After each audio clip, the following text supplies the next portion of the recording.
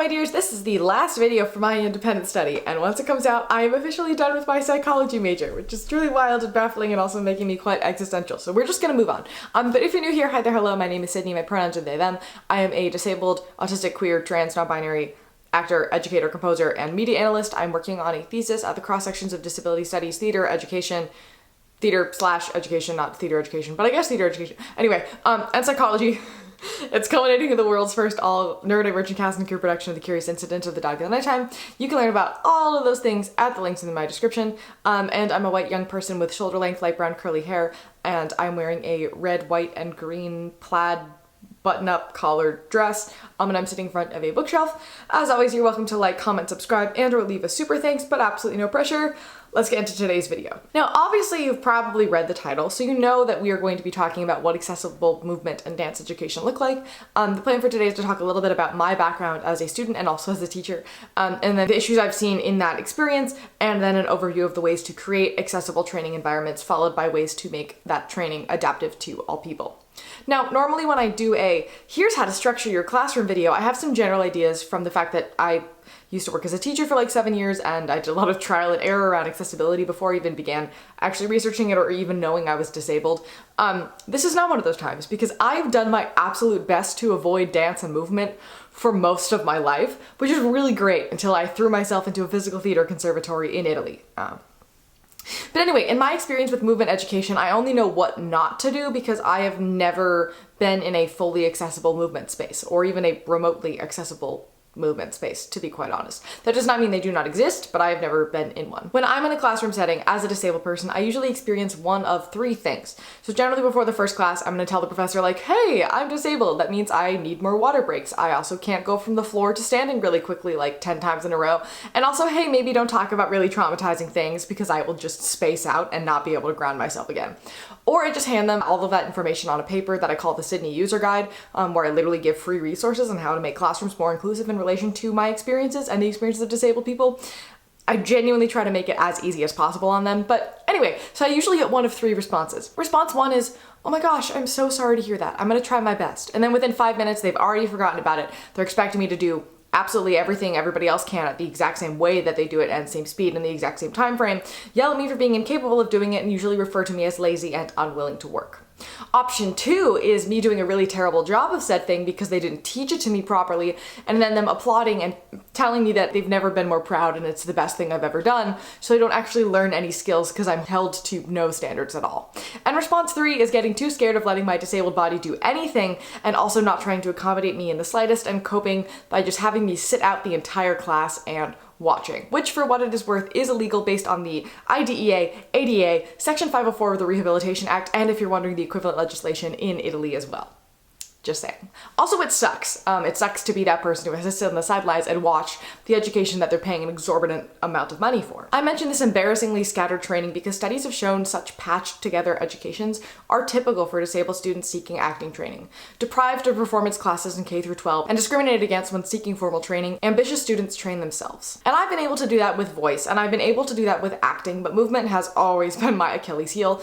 I will say, after creating our accessible rehearsal space and also understanding that I have dyspraxia, which means that it takes more thought into making my body move, and I figured out how to overcome that sort of and make that stuff second nature now. It's genuinely easy and fun for me now, and I don't know where this was all my life, and I love it so much. But the other interesting thing about this is I've never once had an issue with this in the actual theater space. Because in the actual theater, I just go, hi, can I take a second? Or, oh, could you explain that again? Or, I'm sorry, if I have to do 7 spins in a row, I'm gonna pass out. And it's totally normal, and it's totally acceptable. And I'm also entirely capable of learning movement in those settings because I'm not stressed about getting a grade and passing. So it's not that I'm bad at it, it's that the way that we teach it is inherently flawed. And what I find even more interesting is that there are more professional disabled dance groups than I can count. So it's not that we can't perform at that level, it's that there aren't the schools and mainstream education systems to get us to that point, which is an issue, and that's why we're here. Now, I'm a firm believer in the idea that you need to know all the rules before you can break any of the rules, so if you check out my last video, you're gonna find me breaking down the teaching methods of every single theater practitioner I have ever heard of, so that I could know the rules and now know how to break them. So let's talk about breaking them. You may be thinking, I just want to know how to adjust my classroom exercises for someone in a wheelchair and get on with it. My apologies. It's not so simple. We often have this idea that accessibility is a singular thing. This one disabled student needs something different, we'll deal with them and we'll deal with everyone else. But the thing is, accessibility does not exist in a vacuum. You cannot teach 2 classes at once, so whatever you do needs to be easily adaptable to both parties, or the disabled person is just gonna get left behind, which is usually what happens. But if you make accessibility your standard, you're not gonna need to spend all of your time trying to figure out how to accommodate that person's wonky knee and that person in a wheelchair and this person who passes out every time they stand up too fast. And I found that suggesting universal design for learning to teachers freaks them out, especially in the arts. And they're like, well, I'd much rather do various accommodations for each and every student when and where needed. But as both a teacher and a student, I cannot express how much easier and more equitable this method is for everybody involved. So when you listen to all these things, rather than go, well, I'll use that for next time I have a disabled student, try to reframe that into, how can I integrate this into my classroom now? Because even if you think you don't have any disabled students right now, that is very likely not the case. They just don't think it's bad enough to disclose to you, or they don't know it themselves yet, or they don't have the, they know it themselves, but they don't have the medical backing to get them accommodations, or just in general, I have spoken to a lot of teachers lately where they have more students who need accommodations than those who don't. So at this point, it makes more sense to just accommodate everyone. And also, if you don't accommodate people just in general, you're going to cause more trauma, and that trauma is going to cause more disability down the line. So maybe just make things inclusive from the beginning. Just make accessibility your standard, because then you don't have to stress every semester about how you can change it. You're just used to that, and it's way easier for everybody. So anyway, step 1 is making the actual training environment accessible, not just with ramps for wheelchair users, but also keeping everything in the space as fixed as possible so that blind and low vision friends can move throughout the space safely, or not having fluorescent lights or busy walls to aid with signing and sensory processing issues. It also includes having clear signs and labels so people can find things. This is a very non-exhaustive list, but they're just some things to think about when you're setting up your space.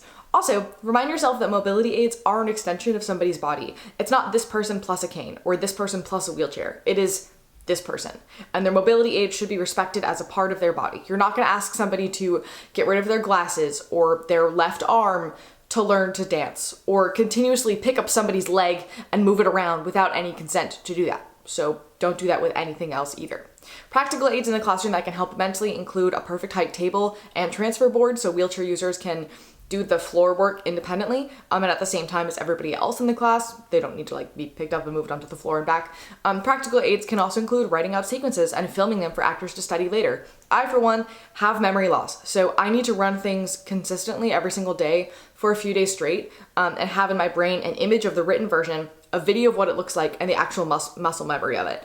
Once that's clicked and it's in my brain, it stays, but I do need to do a lot of extra work to work around that. And I do that all in my own time. I do that after rehearsal, I do it after class ends, and having these memory aids available is an absolute lifesaver. Accessibility also includes trauma-informed practices, and I'm not gonna go too much into detail of what those are. I have a video about that up here that goes into it in depth, but a big part of trauma-informed practices is explaining the what's, how's, and why's. What is happening, how is that gonna happen, and why are we doing this? And in looking at things through this what, how, why frame may make you realize that using, say, a play about suicide to teach students how to use different variations of their voice might make absolutely no sense at all and be wildly traumatizing for no reason.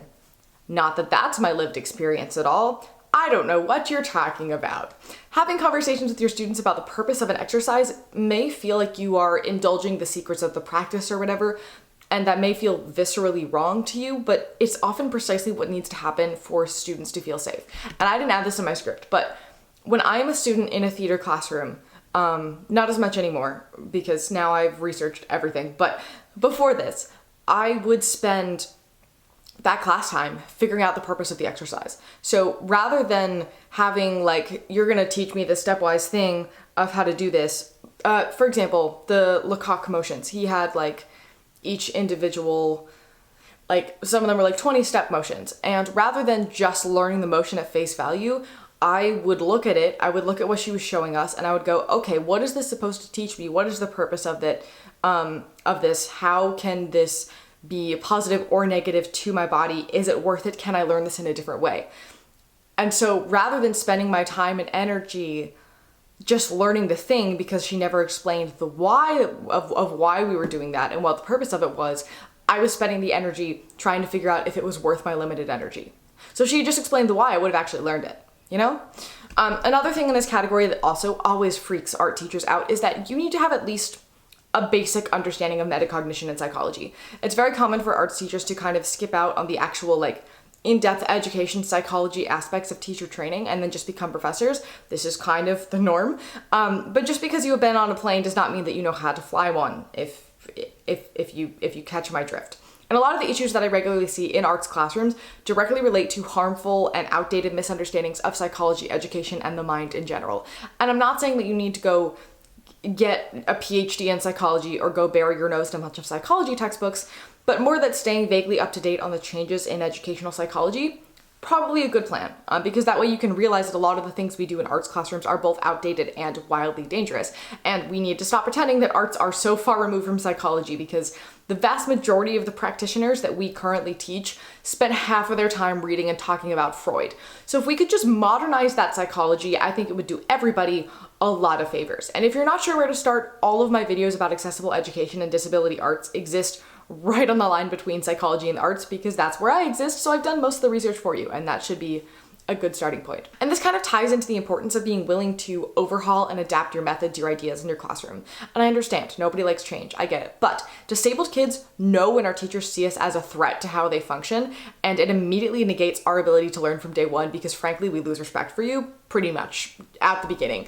If you make it very clear that you are uncomfortable changing your classrooms to make us learn in your classroom, we understand that you hold outdated views of the world and are no longer going to trust a lot of what you have to say, which is unfortunate, but it is true. So you being unwilling to change your mind and a very small handful of things in your classroom are sabotaging the education of disabled and other minority students. But also that aside, accessibility is flexibility. The arts and themselves are flexibility. So let go and learn to embrace that flexibility. And also, it's okay to mess up. It's okay to not know everything. In fact, please acknowledge that you are not going to know everything. Make space for active and open conversation and communication, and make strategies for disabled students' input and feedback. A lot of professors, in my experience, are very aware of this. They cope with it by either going, "Hello, you're disabled, and I have no idea what to do with that. So you tell me what I need to do to accommodate you, and I will do that." Which is an issue, because we do not know what you intend to teach us, so you're responsible as the teacher to figure that out. You can't just be like, "Here you go, figure it out, let me know," because we don't know. Or the other option, which is frankly worse, is these are the accommodations that I use for every single disabled student, regardless of disability, and they will be effective for you. You really need to hover in the middle of those two things. You need to give the space to work together to create new practices and processes, but don't put all of that weight onto the disabled student. Because yes, we are the experts of our body and our experience, but you are the one who knows the class content and knows what you aim to teach. So we can't tell you how to accommodate us. That makes no sense. And that is why, in order to tell my teachers how to accommodate me, I am inevitably learning all of the class content on my own, like separate from the syllabus, doing a ton of research, working all the way back around to figure out the origins of the purpose of that content, and then coming to them and basically doing all the work for them. You can do that yourself, and you also don't need to do as much research as I do, because you already know the content. So that's one of the major reasons that I don't thrive in classrooms at all, and I can't learn in classrooms. It's because I have to do all this extra work at the beginning, and then the rest of the semester just feels like a waste of time to me, because I've already had to teach myself that in order to economize my energy in the space. So with that, let us go into the adaptive training approaches, aka how you can go about changing things to be accessible. The first and most important thing is always presume competence. Do not lower your standards. Start from a perspective of ability and capacity. It should not be, your accommodations should not be taking away things. It should just be altering things that already exist. Also, begin with intention. What is the point of my assignment? What is the goal that I want my students to achieve? And how can they achieve that in several different ways? This is exactly how I teach myself things. I look at the end product, I looked at the current product, and I look at the exercise in between. I figure out what the purpose of the exercise is to get me from point A to point B, what specific mechanism in the exercise does that, and how I can slightly alter that to be more accommodating to meet my needs, which again means I'm not paying attention at all whatsoever to what the professor is trying to teach me. But from a teaching perspective, I do the same thing, except I map that out in 3 different variations of the same exercise with the same goal, but different ways of going about it, and offer up all of these options. It's very similar to how, like, traditionally in math classes, right, they would teach you, okay, this is the one way to get the answer to this problem. And if you do any other ways, you are incorrect despite getting the right answer. And that has been changing to be, I'm going to teach you 3 different ways to get to the answer.